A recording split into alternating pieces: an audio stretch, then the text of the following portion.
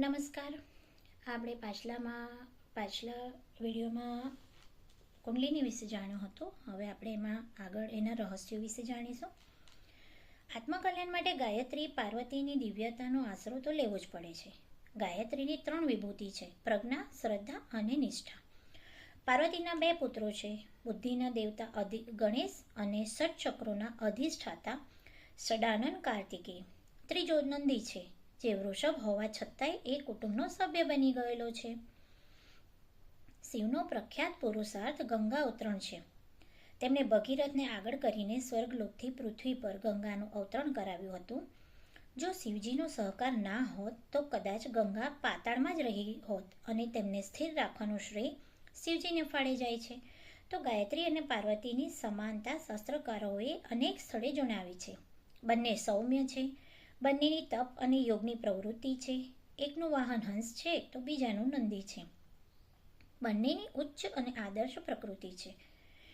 જેઓ એમની શરણે જાય છે તે મનુષ્યના રૂપમાં દેવોપમ થઈ જાય છે. તેમની વિવેકશીલતા ગંગા જેવી પવિત્ર અને તરણતારિણી હોય છે. શિવજી અને બ્રહ્માજીનો વામ પક્ષ વધારે જાણવા જેવું છે. બ્રહ્માની પંચમુખી સાવિત્રી અને શિવજીની ચંડી કુંડલિની છે.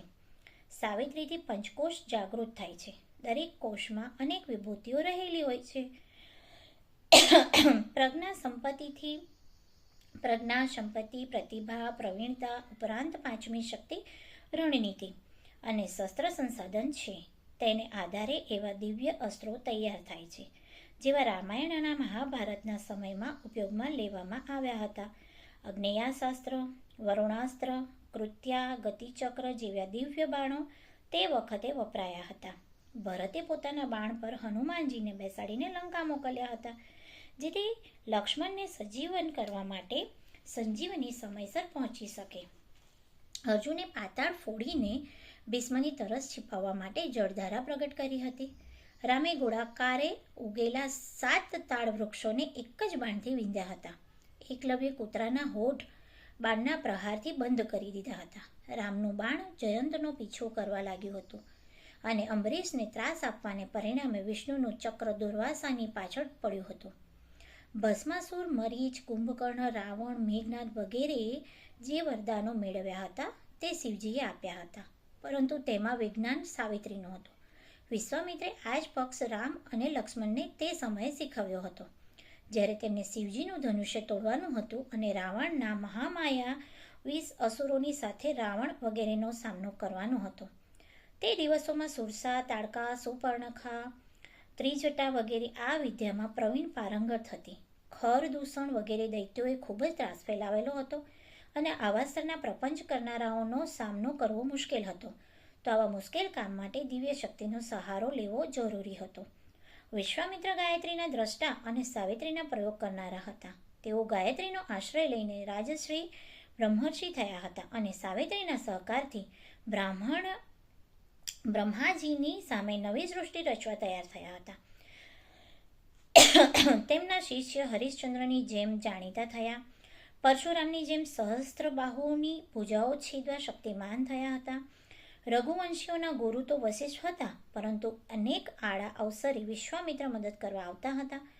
શકુંતલા વિશ્વામિત્રની જ પુત્રી હતી. તેણે ચક્રવર્તી ભરતને ખોળામાં રમાડ્યો હતો અને આ આર્યવર્તની વિશાળ સીમાવાળો ભારત બનાવ્યો.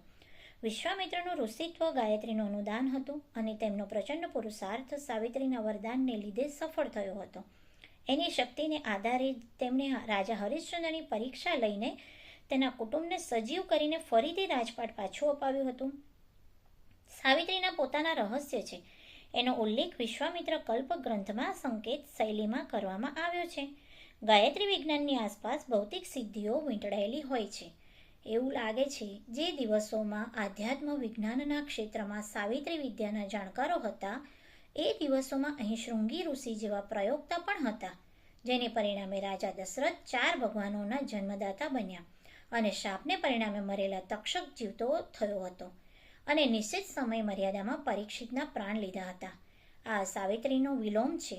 અનુલોમથી વરદાન અને પ્રતિલોમથી શાપ આપી શકાય છે. સમુદ્ર પર પુલ બનાવીને સુવર્ણની લંકાને ઘાસની જેમ બાળી નાખવાનું કોઈ શરીરથી શક્ય છે ખરું? પરંતુ એ સાવિત્રી શક્તિનો ચમત્કાર હતો, જેનો પ્રયોગતાઓએ એક યોગ્ય હેતુ માટે અને યોગ્ય પ્રસંગે પ્રયોગ કર્યો હતો. સતયુગમાં સાવિત્રી વિદ્યાને જ અનિષ્ટોની સામે કરવા માટે ઉપયોગમાં લેવામાં આવતી હતી. ચંડીનો ઉપયોગ અને ઉદ્ભવ ત્યાર પછીનો હતો. તેને ત્યારે ઉત્પન્ન કરવામાં આવી જ્યારે ચંડમુંડ, રક્તબીજ, શુંભ, નિશુંભ, મધુ, કૈટક, મહિષાસુર જેવા દૈત્યો ખૂબ જ ઉદ્દંડ બની ગયા હતા. એ મહાશક્તિને પોતાની પત્ની બનાવવાની દૃષ્ટતા તેને કરવા લાગ્યા હતા. દેવતાઓ નિરાશ થઈ ગયા હતા. એ મહાદૈત્યોનો સામનો કરવાની ક્ષમતા દેવતાઓમાં રહી ન હતી, કારણ કે તેઓ યુદ્ધમાં પણ નક્કી કરેલા નીતિનું પાલન કરતા હતા અને અસુરો તો કોઈ નીતિ નિયમનું પાલન કરતા ન હતા. હલકા કાર્ય કરવા માટે તો તેઓ તૈયાર જ રહેતા હતા. હંમેશા એવા દૈત્યોનો સામનો કરે કોણ અને કેવી રીતે કરે? દુષ્ટતાનો સામનો સજ્જનોથી ન થઈ શકે. તેનાથી ચઢિયાતી દુષ્ટતાનો ઉપયોગ કરવો પડે છે. હવે હાથીનો સામનો ઘોડો ના કરી શકે તો તેના પર તો સિંહ જ આક્રમણ કરી શકે છે. એ સમયમાં મહાદૈત્યોનો સામનો કરવા માટે ચંડીનું પ્રકટીકરણ થયું અને તે જમતા વહેત જ તરત જ તેના કામમાં જોડાઈ ગઈ. અસુરોની સાથે વ્યવહાર કરવામાં વળી નીતિ કેવી? બે ભુજાઓવાળા સાથે બે ભુજાથી શું લડવાનું? ચંડીએ 10 ભુજાઓ પ્રગટ કરી, દરેક હાથમાં શસ્ત્રો ધારણ કર્યા. અસુરોને પાસે વાહન ન હતા, પરંતુ ચંડીએ સિંહને પોતાના વાહન તરીકે સ્વીકારી તેનો સહયોગ લીધો. તે ફક્ત કહેવા પૂરતો જ વાહન તરીકે નહોતો, ખરેખર તો તે અસુરોની સેના નષ્ટભ્રષ્ટ કરવામાં જ લાગી ગયો હતો. અસુરોની શક્તિ અને કુટિલતા જોઈને દેવી તો આવેશમાં આવી ગયા, ઉન્મત્ત થઈ ગયા અને લડવા લાગ્યા.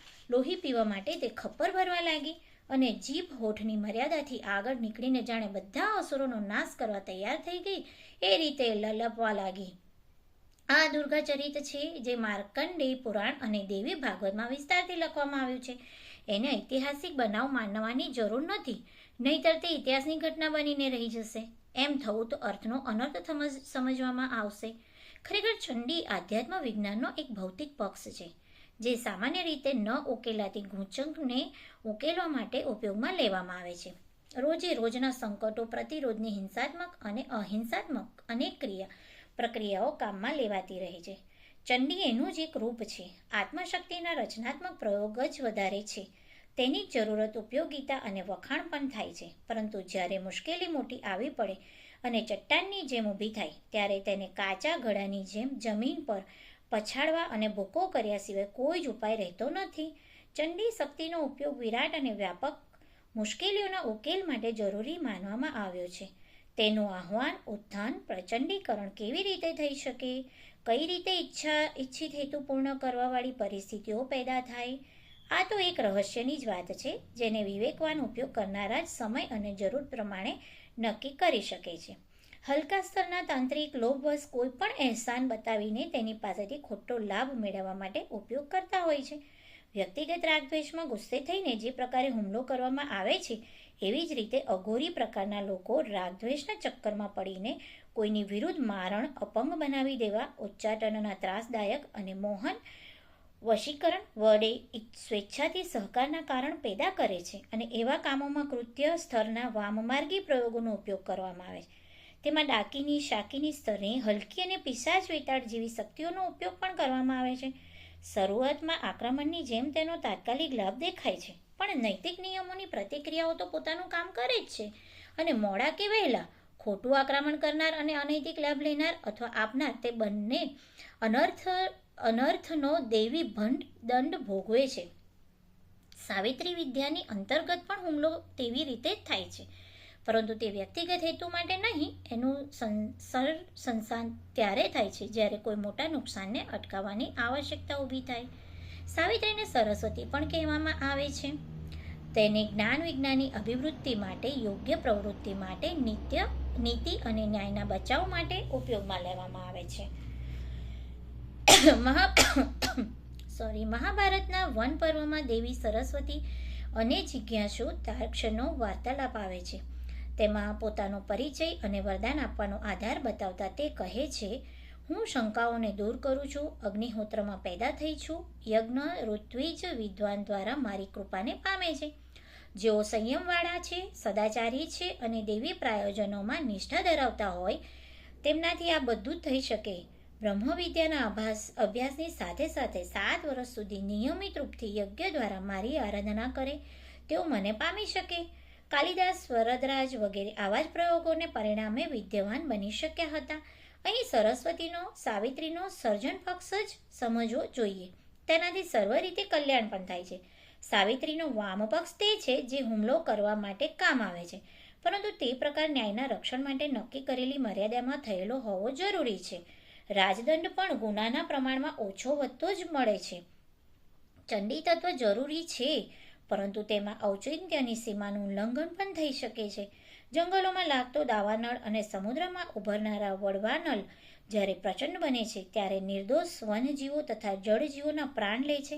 એટલે આવું અગ્નિ પેદા કરતા પહેલાં આવેશગ્રસ્ત નહીં, વિવેકયુક્ત માનસિક સ્થિતિ હોવી ખૂબ જ જરૂરી છે.